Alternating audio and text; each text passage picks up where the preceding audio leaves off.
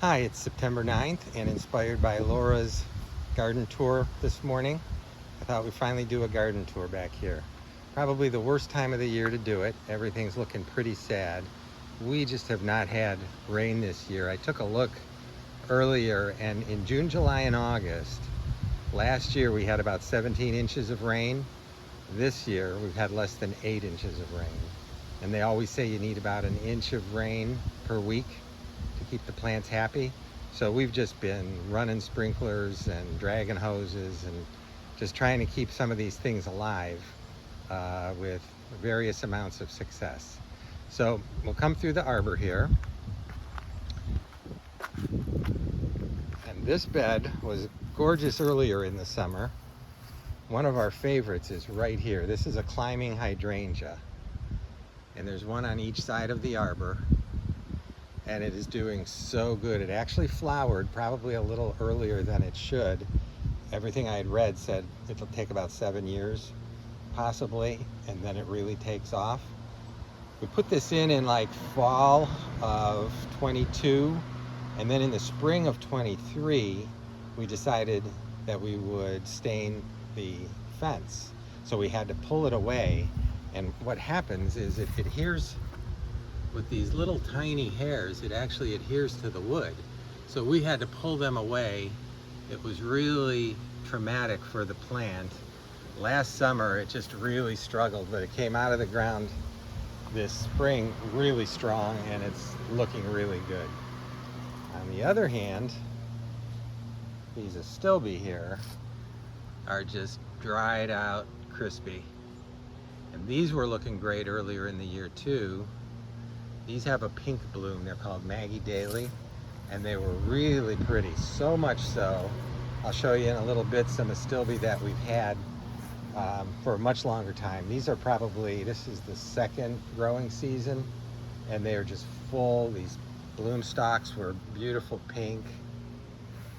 Earlier this year we got, this is called Fanal, and this had red, real bright red blooms.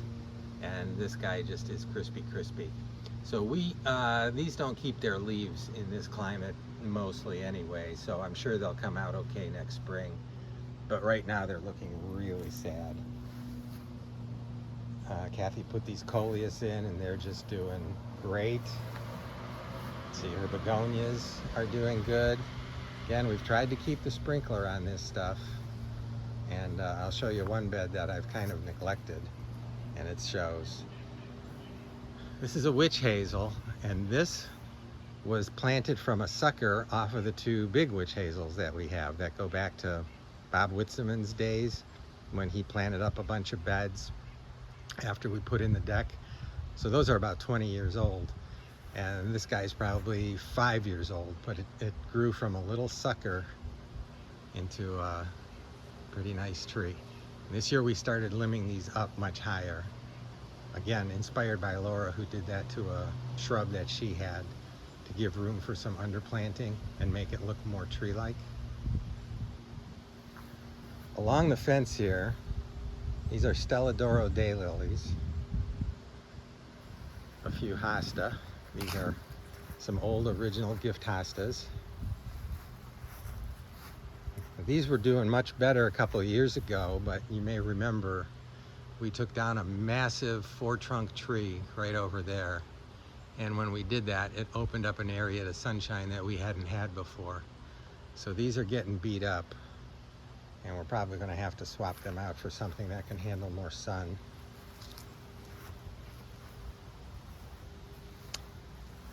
I know I abandoned that winter sowing project, and I've still got videos that I need to put together to show how we did. But these were Shasta daisies, and we planted some of the other stuff in the ground. I've got some in a couple of small pots that I'll show you, but didn't know what to do with this mass, so we just put it in this steel bucket that we had, hoping that something would happen. And finally, just in the last week, we got one bloom off of it. So that's pretty cool. And here's the rest of the daylilies that I was showing you. So these were, again, a gift from somebody's yard. We had about 5 of them, and last fall I split them up and spread them all along the fence here. This spring they were beautiful, beautiful, full of yellow blooms, and they're supposed to rebloom, but they didn't. We may have gotten just a handful of blooms after the first flush. So I'm not sure why that is. And daylilies are such a pain to manage because right away the foliage starts drying off, and to keep them looking fresh you got to pull that away, and we just haven't been able to do that, keep up with it. Here's another success story from the winter sowing project. This is Veronica, and I think it's supposed to have like purple spires. Again, this was planted just from seed in the jugs over the winter, and we got it in the ground, so we'll see next spring what becomes of it. This whole bed is pretty new. When we did the backyard regrading and seeding, we built this bed alongside of the shed, and we filled it up pretty quickly. The big plant right here, there's actually 3 of them, and look at how pretty these are. This is beautyberry, and the purple berries develop in the fall. So we moved this from another area alongside the bed, alongside the deck, and moved them into here, and they grew massive. They weren't this big when they were in the other location. So we're gonna have to prune these down somewhat. They're actually kind of taking over another cool plant. I'll move here to one that you can see. This is called hardy plumbago, and a few weeks ago it started getting these real pretty blue flowers. Blue flowers are so unusual, true blue. Usually they're purple. So I think we need to move these forward to get them out from under these beautyberry branches. These were supposed to spread. They haven't really. They've grown pretty nice. These are probably a couple of seasons old as well. But we thought that they'd come together better and form a better, tighter border along the front of that bed, which they have not. A victim of the dryness is this hydrangea. This is a mountain hydrangea, and there's 3 other ones on the other side of the shed that I'll show you. But we've just been struggling to keep this guy satisfied as well, and we'll just hope for better next year. This went in either last fall or last summer. We got 2 of them in the fall and 2 of them earlier in the summer. I forget which ones, but it did bloom. It just really needs water that we weren't giving it. These we thought were echinacea from our winter sowing, but when they started flowering, turns out these are more rudbeckia. So that was that mislabeling problem that I had on the jugs. But they came up, and I'll show you a patch of other ones that came up real good. In the end, of the seeds that we planted, really the echinacea is the only thing that we really haven't seen success with. And I think, because I had this whole thing labeled as echinacea, I think there and there, I think that's echinacea, just not flowering because it's a whole different leaf. The rudbeckia have fuzzy leaves. These don't. So we'll see what happens there again in the spring. Also buried in the beautyberry are 3 astilbe that were just beautiful again. And look at that, that's still looking pretty healthy. These were tiny. We have moved these probably a handful of times from one place in the garden to the other. This is where they most recently landed, and they grew bigger than we ever knew they would grow. And I think what we'd like to do is move them to the other side of the arbor from where I showed you those astilbe earlier on, to kind of mirror it on the opposite side. These bloom bright pink and just looked great. Got some ferns that are struggling. This is a mountain laurel, and we have 4 of these that we planted, I think, in the fall of 22. So this is nearing the end of its 2nd growing season. They have lost leaves, they've browned out, they've had spots on them. We're just not sure what's the problem on here. They haven't gotten much bigger than when we put them in the ground. And I'll show you the other ones when we get to the other side of the yard. But These are supposed to be about 4 feet tall, and they just haven't lived up to it. More of our old original hostas and some ferns tucked in there. And these look like they're going to be difficult to see, but these are bugbane, and yeah, very difficult to see. But these did great in the spring and early summer. Again, these are very old. We've moved them a handful of times from one spot to another. They seemed to really like this spot, and they were doing good, and then the drought hit, and you can see how crispy they got. So fingers crossed for next spring on that one as well. And here, this is an oak leaf hydrangea. I think it's called Snow Queen. It was pretty big. It was a pretty big investment. We put this in just this spring because we wanted something that would really fill up the bed in the back here. This is actually the second plant that we have in this spot, because we had put in a Marvel Mahonia, which I had seen Jim Putnam talk about over the years and really wanted. Ordered it a couple of seasons ago, mail order, came, looked pretty healthy, got it in the ground, and it just struggled, and it struggled, and it struggled. And this year it was dry and didn't make it. So we pulled that out, and we wanted something big to put in its place. And this guy's doing really well. Hopefully we'll be able to see him turn that maroon color that oak leaves do as they approach the fall. I'm going to walk around the back of the shed. These are Aconocloa, Japanese forest grass. No, they're probably a couple years old too, because this dry bed went in when we got the back graded and seeded, and that was in 22. So these went in after that. The variety is all gold, and last year they literally were all gold, and they've turned green. So I'm not sure if that's too much sun, not enough sun. They're definitely thriving to this side where they get more shade, less and less and less as we move this way where they're getting more sun. Here's more of the mountain hydrangea. You can see these are turning color, a little healthier than the one that I showed you on the other side. So we've got 3 of these a couple of weeks ago, because these were always gasping for water. I got another soaker hose and I laid it out. I should have done it earlier in the summer. So I'm feeding water to those primarily, and then to Kathy's super petunias, and we can talk about that in a little bit. I'll show you how that went. But at least we're keeping them wet enough to give us some color here as we wind down this fall. This ground cover is called Yellow Archangel, and it was really all in the bed way around this bed back here.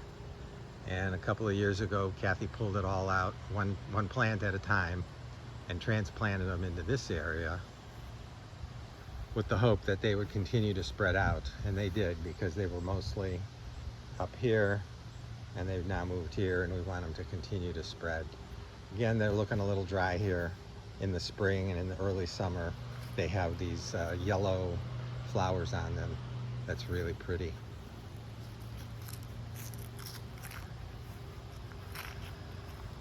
The plants along the back are red twig dogwoods, and you can see that the stems are red. So these are great in the winter. They'll drop the leaves, and then you've got this bright red. It'll turn brighter than it even is, because you can see some of these are still green down in here, but those will all turn up bright red, and it's really pretty in the winter. The problem is we can't really figure out how to shape these things. They should be coming up from the ground a lot like that, and that's how every video I see has them. So I've cut them back. They grow pretty quickly, and you can, one method of pruning is to literally cut them to the ground every year, which I did last year, but I didn't go all the way down. And then I'm getting this kind of thing, where there's a trunk or a stem, and then it branches nicely off it, but it's not forcing it to come out of the ground. So we got some more playing around to do with that. But on the other hand, there's a few of these, some of the smaller ones, that I actually propagated myself last summer. In the spring, I cut some of the branches down, potted them up, and then put them in the ground in the fall. And these have all come from there. So we definitely need to cut these back to get some more branching. But that's a pretty good success story. And here's the big petunia experiment of 2024. So we wanted to get Supertunia Vista bubblegum, and they didn't have any. The only Vistas that they had at all were Mini Vista Hot Pink. So we put these in, and you can see very clearly where the individual plants are. And I think our experiment was semi-successful. We wanted to see if, now that we took a few more trees down, if we had enough sunshine to grow something that flowered in this area. And we do, but these have not thrived. This is actually the second flush. They were getting leggy, maybe a month or so ago. So Kathy cut them all back. All of the blooms were cut off, and they've all rebloomed and maybe gotten a little bigger in that time, but they certainly haven't grown together in any kind of mounding mass.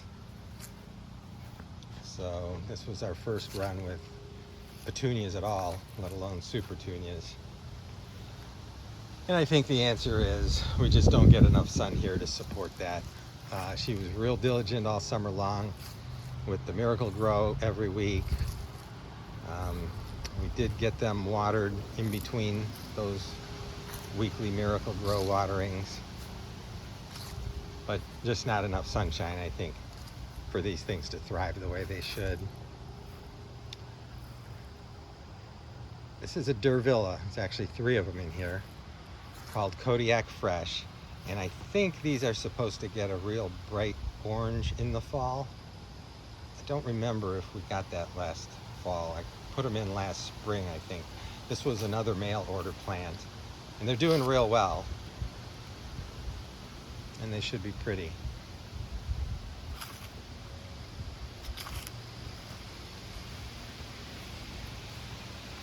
Lots of hosta. You've seen this.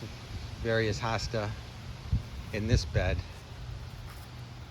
nearing the end of the season. They're starting to dry out.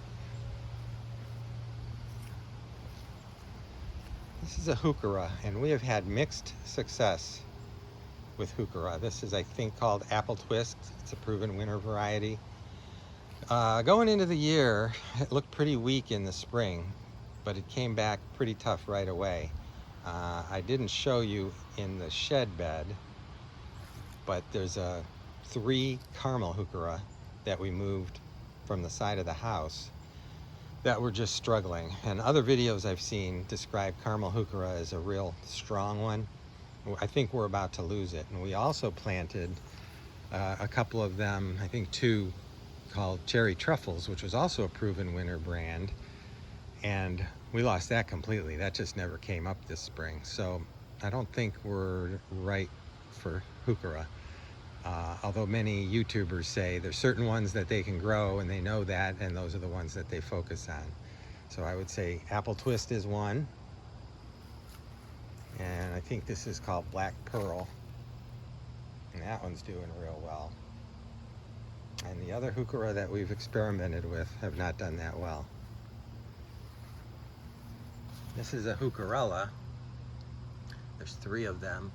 This is a proven winter variety called I Spy. And it's doing okay, but again, I wouldn't say it's thriving. This is, again, the second season. We put those all in at the same time. Although we did move this. We just moved this in the spring. So maybe that needs time to toughen up as well.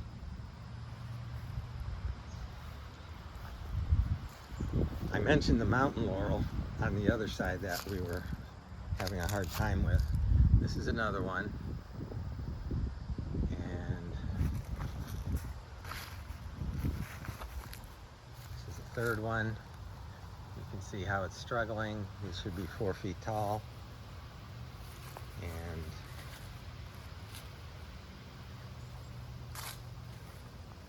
this is the worst of them that we moved out earlier this summer because it was just really struggling where it was back under those pine trees. So we'll see. We're keeping them fertilized. I think I need to put a fungicide on them, which I've been pretty bad about, but this is the kind of leaf problem that we get, and then we pull the leaves out, move them away, and the plant looks sparse. It is putting out new growth. That's good. This is a ground cover called ajuga, and in the spring it shoots up these beautiful purple spikes. This is amazing. We tried doing this in the front yard. We've got 3 tree circles in there, mulched beds around the trees that are remaining in the front. And we have put 2 rounds of these things in there. This is what they're supposed to do. They spread and form a carpet, and they're just not taking in the front. Could be a water thing again. Could be too much sunshine getting in. It seemed like that was a shady area, but maybe not. Maybe not enough.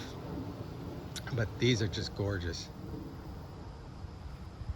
In fact, let me get in closer here so you can see the color on this stuff. Isn't that pretty?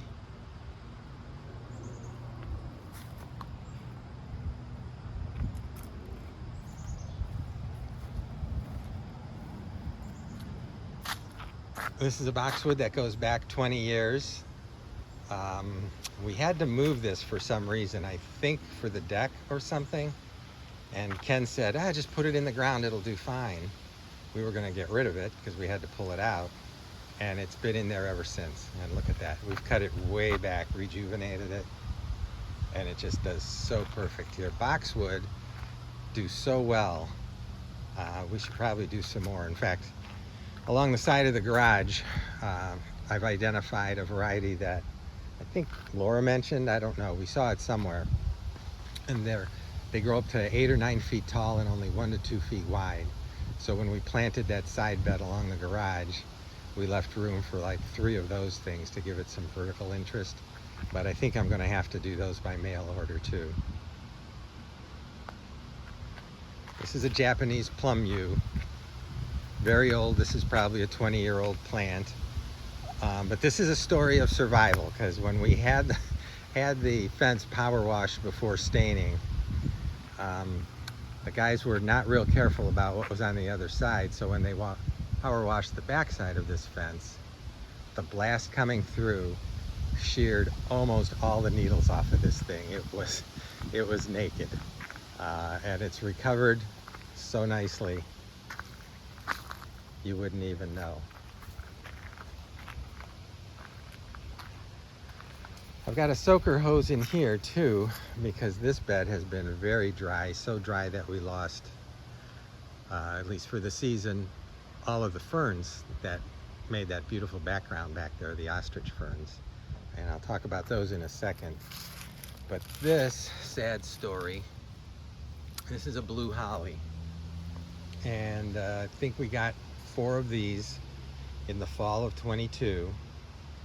And so this is the second growing season. And this guy has just struggled. It's lost half of its foliage on the back side. I mean, not surprising. This is facing south, so the fence is blocking, most of the light. It doesn't get a lot of light. It's probably not good for a shade bed the way we have these other plants. So we're planning on moving it this fall, literally to the opposite side of the yard, and see if getting it some sunlight helps it. But these are supposed to get like 5 feet tall, and this was going to be our big vertical interest in some of the beds, and I'll show you in the kitchen bed, the bed along the kitchen wall. We've got 3 other ones, and they're just not performing at all.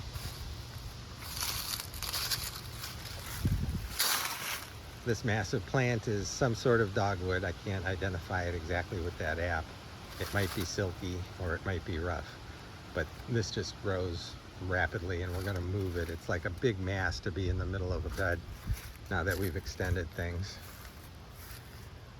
So this whole border of ostrich ferns died completely. the fronds were just browned out and laying on the ground. We cut them back probably midsummer, after 4th of July, and they started coming back. So when we saw that, I said, let's get some water in here, and I put a soaker hose down in here and ran it on occasion. And good news is they're not dead. Almost all of them are putting out new foliage, and we'll start again in the spring, and we'll just have to be more aware of them. And if we have another dry summer, we're just going to have to keep water on it. Got a couple of holly here. These are so odd. They're very flat. I can't really identify what type of holly takes that kind of shape. But the cool thing is, holly plants to berry, meaning to produce berries, have to have male and female. And we haven't had berries on this thing in memory. These are very old. This is the Whitsaman original, more than 20 years old. But this blue holly that I mentioned we were struggling with is a male for purposes of the blue holly females that we planted in another bed. And I'm wondering if that was all that was needed for these things to start to produce berries again. Because as you can see, both of these are producing berries, meaning both of them are female, meaning they could never have done this on their own. The thing with hollies is they're supposed to be male and female of the same variety, which these are not. But who knows? Mother Nature. These are hellebore. These are probably close to 20 years old as well. It takes them, so long to get massive. So these are just the old style, not a fancy name. They spread little ones like this, and I've moved them around. And we've got, like 1, 2, 3 nice clumps of them. I'll just mention this hosta here. I think it's elegans, which is blue when it comes out in the spring. And blue hostas tend to lose their blue coloring over the course of the summer. But this thing always got stepped on, or because of the big leaves, the rain would shear the leaves, or an animal walked through. This is the first year that it ever was actually given an opportunity to grow on its own and mature. Yeah, it looks really good. These are some sort of yew. We've moved these around to various places in the garden, and they're doing the best here than they ever did. And I'm pretty sure these go back 20 years.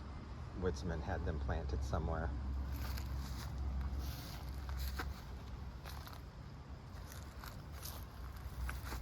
This is a hosta bed that looked a lot better when these big ferns were here providing a background to it.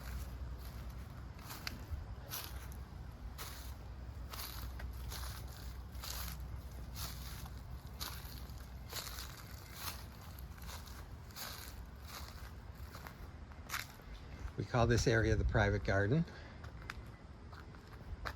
Here's another one of those black pearl heuchera doing really well. This ground cover is lamium. In the spring it has little purple flowers. There's some of them right there. And this bed has not gotten all that much water either. So many of these plants are struggling. This is called Virginia Sweetspire. This is one of Bob's original plants. And it spreads, and it's finally slowly starting to spread. We have 2 oak leaf hydrangea in here, and that, you can see that one's turning for the fall. I cut that one back in the spring because it was getting like straight up spindly. So I was a little nervous about it, but it actually flowered even after that, so no harm. And here's another one in the corner. that also flowered very nicely.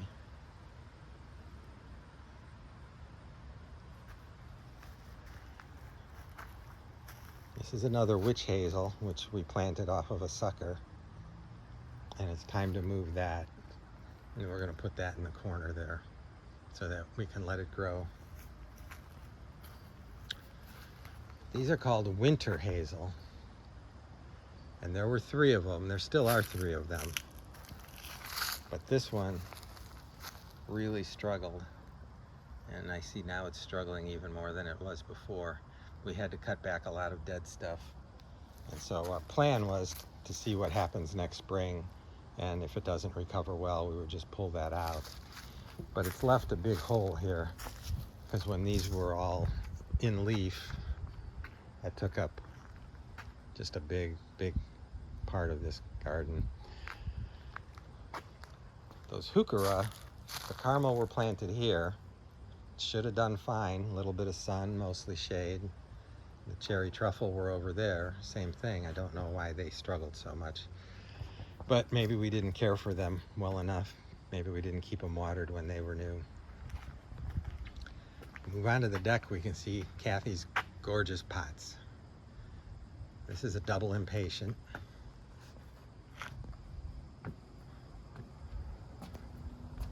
This geranium here was actually overwintered. And we watched a video by Jess, and she actually referred to another video that she had seen someone do it. And at the end of the season, she takes her geraniums, knocks the dirt off, dries them, puts them upside down in paper bags in her basement.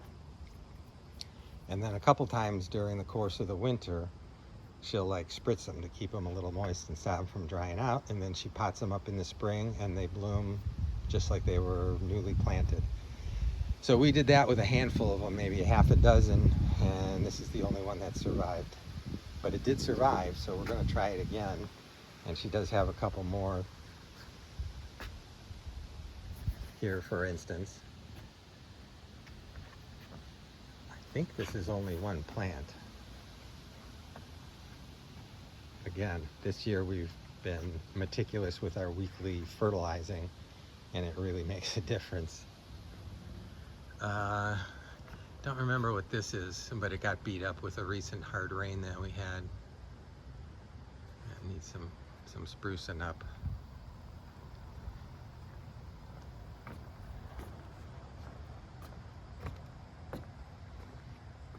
This looks like maybe it's a sweet potato vine of some sort. Is that euphorbia? I don't know annuals that well. This is just a hosta out of the garden that's been in this pot overwintered for, this is probably the 3rd year.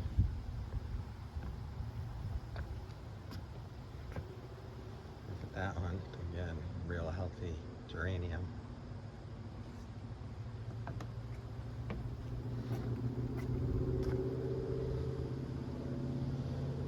So these are on drip, so they get watered daily a little bit, and then once a week fertilizing, and they've looked great all season long. Okay, I'm gonna try not to trip going down the stairs. Oh, one more.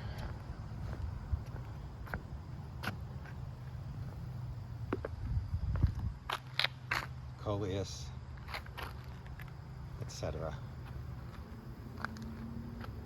This is a white begonia. It took a while for this thing to fill in. It's not a proven winners. It's not, oh, I forget what their begonias are called, but it's not a proven winners. It's just a generic brand. But I like the white very much.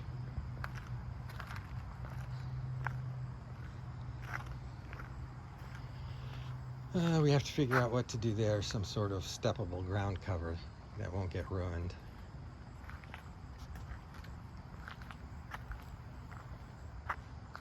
I should have mentioned at the start that this tour was pretty spontaneous, so the back grass is not cut, the bushes are not trimmed, the beds are not cleaned, and it looks like it.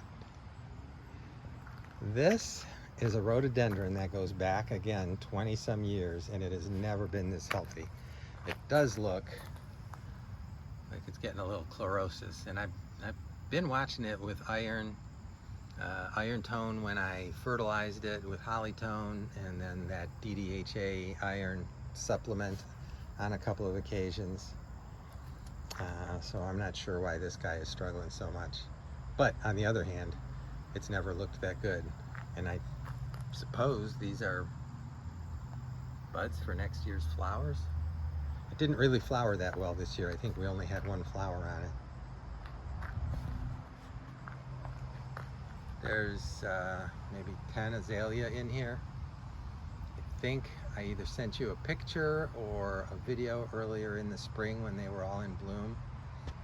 Just gorgeous. Again, these are 20 years old, maybe a little less. We put these in ourselves. So these might be 10 years old, but they have never looked this good. Here's one, two of the female blue holly. Now we are getting berries on them, so that's good. This is the male, but again, we're looking for these to get like 8 feet tall, and the idea was, you know, that they would fill in this bed with some height, given the height of that wall there. And these are probably just about the same size as when we put them in 2 years ago. They've lost a lot of leaves. In fairness, this bed, I would say, got approximately 0 extra supplemental water all season long. I always forgot about this bed. It was always left to the last, and then I never got to it. So I never set a sprinkler here. I never set a soaker hose. And they just, I'm sure, struggled for water. So maybe we'll give that another chance next summer and see if they come around. These juniper were taken from the front yard where we had that massive mulch bed before we graded the front and built the wall in there. We pulled these out and moved them to the back. Now most of them are doing okay. These are doing very well, especially considering they haven't gotten the water they needed. We got one struggling here, and there was one in this location. It's actually the biggest of all of them, and it died this spring, completely browned out. So Kathy has put these coleus in here. I'll back up and you can see how massive those are.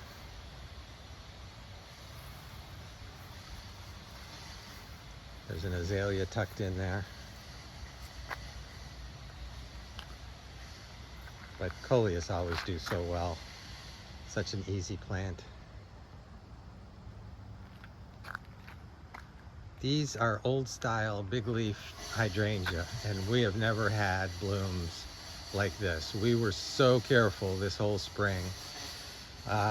This type of hydrangea blooms on old wood, which means right now it's probably setting buds for next year. And that's fine. What happens in our climate is the weather will warm up, say, you know, late April, early May, and they'll start to come out, the leaves will come out, some of the buds will start to break, and then we'll get freezing temperatures for a night or two. It freezes them, they die off, and you don't get any flowers for that season. And that happens more often than not. So this spring we were diligent, covering these things up with frost cloth every time that there was a temperature that was approaching freezing, and it paid off, and we got massive, massive flowering on this. Very cool. These Rudbeckia are from our winter sowing project. We didn't expect them to do that well. In this bed here, this plant is called a Deutzia, and this is one of Bob Whitman's plants, so this one's 20-some years old. But the reason I wanted to point it out is this armillary was purchased from an antique shop in when you were in Hendersonville, and it looks perfect there. This is our second crop of lettuce, kind of a half crop. The original lettuce was so prolific this spring and summer. We got so much production out of it. Then it started to bolt, so we pulled it, and I thought I had plenty of seeds to continue, but I only had seeds for a few of the varieties. So we planted what we had, and hopefully this will develop into a nice lettuce crop this fall. This is columbine, and this is the last of the winter sowing to come out of the pots. And it was really struggling. It was teeny tiny thin plants. It just didn't seem like it could handle going into the ground, so I kept them in these little 4-inch pots. And we're going to try and get them into the ground sometime this fall. Our tomato harvest has been amazing. We've been getting cherry tomatoes out of this plant. I think I saw some in there. Yeah, this isn't going to capture it very well, but there you go. How pretty is that? We've got tomatoes all up and down. And we've harvested so many.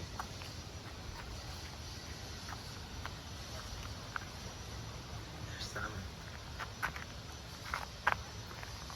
This variety is called Celebrity.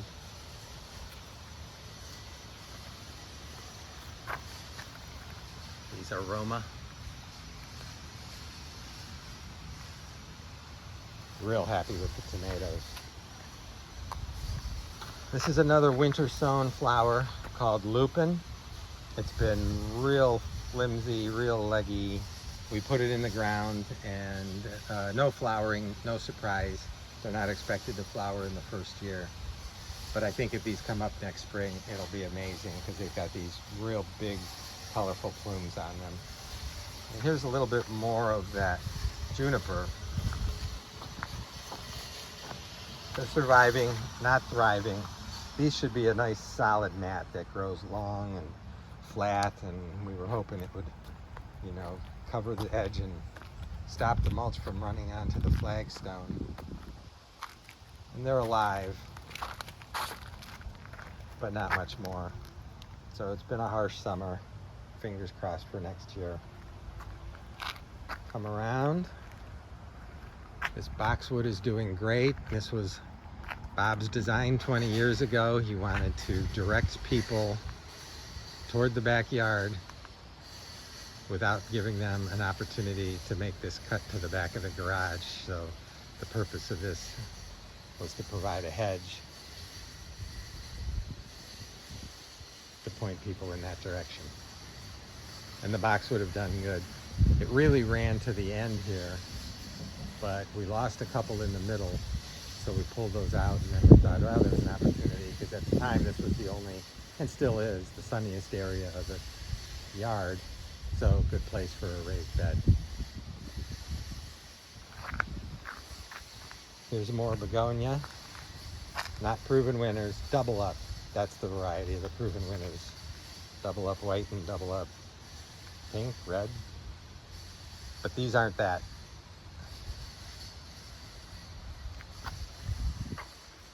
And there's that other climbing hydrangea.